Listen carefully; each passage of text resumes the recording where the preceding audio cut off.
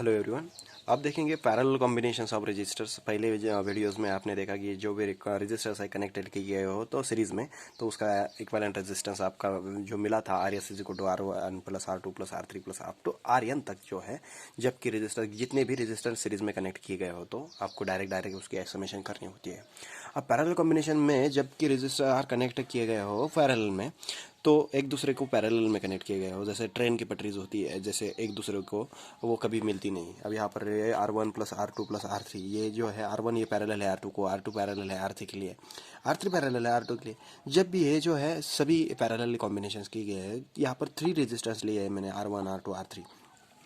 ये सर्किट में क्या हुआ है कि जो एक battery resistors R one R two R three resistor लिए है और इसको कनेक्ट किए है मैंने एक बैटरी के थ्रू एक जो करंट फ्लो करेगा इन दिस, जो भी R one R two R three से करंट जो फ्लो करेगा वो आर वन के थ्रू करंट करेगा आई वन, आर टू के करंट अक्रॉस जो करंट फ्लो करेगा वो आई टू, आर थ्री के अक्रॉस में जो रजिस्टर करंट फ्लो करेगा वो आई थ्री।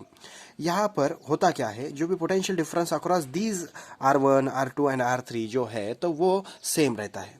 यहाँ पर आपको पैरेलल कॉम्बिनेशन में यही एक दो ही पॉइंट यहाँ पर नोट करने हैं कि जो भी करंट है वो करंट सेम नहीं रहता है। पैरेलल कॉम्बिनेशन में करंट क्या होता है, डिवाइड होता है इन जो जितने भी रजिस्टर कनेक्ट किए गए हो यहाँ पर। तो यहाँ पर करंट क्या करे रहेगा, सेम नहीं रहेगा। बट जो भी potential difference across these two points रहेगा तो वो, जैसे मैंने यहाँ पर पोटेंशियल डिफरेंस V1 जो निकाला, यहाँ पर जो पोटेंशियल डिफरेंस रहेगा R1 के लिए वो रहेगा V, यहाँ पर V2 R2 के लिए जो पोटेंशियल डिफरेंस रहेगा वो भी रहेगा V, और R3 के लिए जो पोटेंशियल डिफरेंस रहेगा वो भी V रहेगा।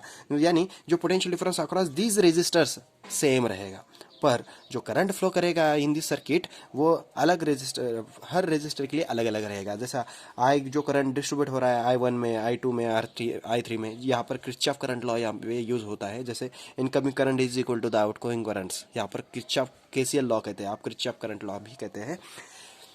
एट द जंक्शंस, जब भी करंट की जंक्शन के पास आता है तो algebraic sum of the all currents is equal to 0 होती है। यहाँ पर केसीएल लॉ यहाँ पर यूज़ करके यहाँ पर आपने देखा होगा, यहाँ पर वो आगे एक वीडियो आप उस पर बनाएंगे आप यहाँ पर किरचॉफ करंट लॉ पर। फिर यहाँ पर क्या है कि जो टोटल करंट रहेगा इन दिस सर्किट में, जो भी टोटल करंट रहेगा वो रहेगा I one plus I two plus I three, I equal to I one plus I two plus I three. अब आपको तो पता है आई वन जो है करंट फ्लो कर रहा है किस में से, आर वन में से करंट फ्लो कर रहा है वो, और I2 जो है करंट R2 ये रजिस्टर में से फ्लो कर रहा है। I3 जो करंट है वो R3 रजिस्टर से करंट फ्लो कर रहा है। अब अकॉर्डिंग टू ओम्स लॉ आप सभी को पता है V1 V is equal to IR होता है। तो यहाँ पर आपको वैल्यूज किसकी पुटअप करनी है, I की वैल्यू पुटअप करनी है ये सर्किट में जो टोटल वैल्यूज में। तो V is equal to IR है, तो I के फॉर्मेट में क्या मिलेगा, I इज इक्वल टू मिलेगा जो R मल्टीप्लिकेशन में इधर जाने के बाद डिवाइडेशन में जाएगा, V is equal to I is equal to V upon R। पर जो भी रजिस्टर्स है कनेक्ट कैसे किए हैं, ये पैरेलल में कनेक्ट किए है। तो मैं यहाँ पे वो आरपी लेता हूँ। यहाँ पर Ohm's law for the R1 के लिए क्या रहेगा ओम्स लॉ, फिर यहाँ पर R1 ये रजिस्टर के लिए जो ओम्स लॉ अप्लाई करेगा, करंट जो फ्लो करेगा दिस R1 में से I1 करंट फ्लो कर रहा है equal to potential difference across the R1 वो V है, और R1 ये रजिस्टर से I1 is equal to V upon R1, R2 के लिए I2 equal to V upon R2, R3 के लिए R3 रजिस्टर के लिए I3 equal to V upon R3।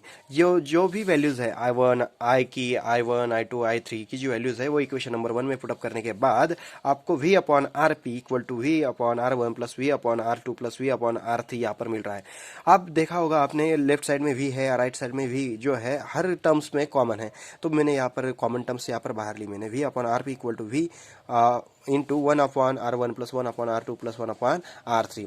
यहाँ पर लेफ्ट साइड में भी है और राइट साइड में भी है, गेट कैंसिल कर देंगे। यहाँ पर बचा क्या, यहाँ पर 1 upon RP equal to 1 upon R1 plus 1 upon R2 plus 1 upon R3। जबकि रजिस्टर जो है 3 ही रजिस्टर मैंने पैरेलल कॉम्बिनेशन किए गए थे, इसी वजह से मुझे जो इक्विवेलेंट रेजिस्टेंस जो मिला 1 upon RP equal to 1 upon R1 plus 1 upon R2 plus 1 upon R3 ऐसा ही मिला। जबकि मैंने नंबर ऑफ रजिस्टर जो है मैंने पैरेलल कॉम्बिनेशन में कनेक्ट किए गए हो, तो मुझे क्या मिलेगा इक्विवेलेंट रेजिस्टेंस, वो मिलेगा 1 upon R1 plus 1 upon RP is equal to 1 upon R1 plus 1 upon R2 plus 1 upon R3 plus up to कब तक, जबकि रजिस्टर्स नंबर ऑफ है नियंत नंबर तक RN सभी की क्या हो रही है, यहाँ पर एडिशंस हो रही है। यहाँ पर 1 upon RP equal to summation of I equal to 1 tends to N तक जा रहे हैं, और उनकी क्या हो रही है एक एक से बढ़ा रहे हैं वहाँ पर R I। ये आपका इक्विवेलेंट रेजिस्टेंस जो है यहाँ पर मिलेगा। इस तरह से आप जो इक्विवेलेंट रेजिस्टेंस और the parallel combinations of resistors यहाँ पर फाइंड आउट कर सकते हैं।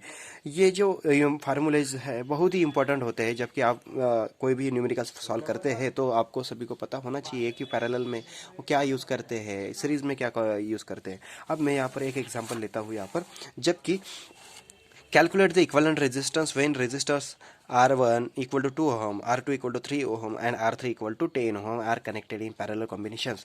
मैंने यहाँ पर 3 रेजिस्टेंस लिए हैं, जैसे R1 की वैल्यू है 2 ohm, R2 की है 3 और R3 की है 10 ohm, are connected in parallel combinations. जब भी ये रेजिस्टर है पैरेलल कॉम्बिनेशन में कनेक्ट किए गए हो तो इनका क्या करने का है, find out calculate the equivalent resistance, यानी इनका इक्विवेलेंट रेजिस्टेंस क्या रहेगा। तो R1 गिवन में मैंने सभी लिख लिए, गिवन R1 दिया है, R2 दिया है, R3 और RP मुझे निकालना है।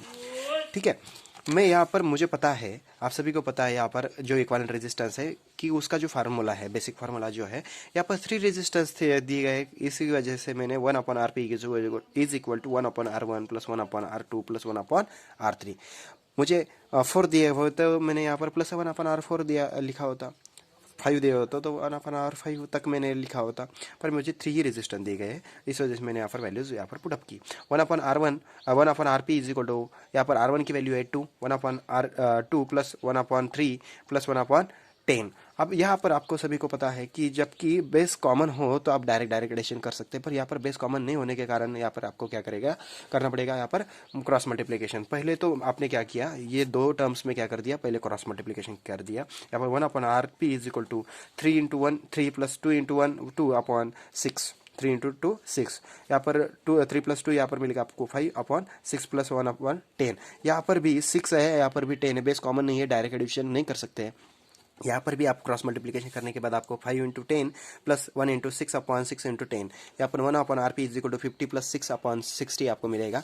और यहाँ पर 56/60 ये आपको मिल रहा है 1/RP। आपको तो फाइंड आउट करना है equivalent resistance that the RP find out करना है, तो इसका भी रेसिप्रोकल लेने के बाद RP इज इक्वल टू 60/56 आपको क्या मिल रहा है, ओहम। अब 56 से 60 को डिवाइड करने के बाद आपको जो भी मिलेगा 1 पॉइंट समथिंग कुछ भी जो भी वैल्यूज मिलेगी वो आपका आंसर रहेगा। ये भी आपका करेक्ट ही आंसर है।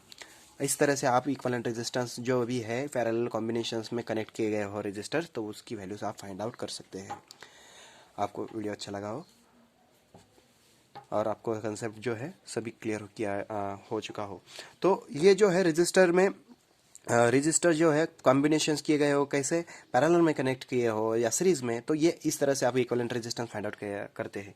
अब प्रॉब्लम क्या है कि जो कैपेसिटेंस होता है उनको भी आप पैरेलल और सीरीज में कॉम्बिनेशन किया गया होता है, तो उनका इसके अलग होता है, इसके ऑपोजिट होता है। जब भी पैरेलल कॉम्बिनेशंस किया गया हो कैसे कैपेसिटेंस, तो उनकी डायरेक्ट एडिशंस होती है, और उनको जब सीरीज में कनेक्शन किया गया हो कैपेसिटेंस को तो उनका डायरेक्ट रेसिप्रोकल लेते हैं, जैसे पैरेलल में आप रेजिस्टेंस को रेसिप्रोकल लेते हैं इस तरह से। ठीक है, वो अगले वीडियोस में बनाएंगे आप और वो लिखेंगे। ठीक है, थैंक यू।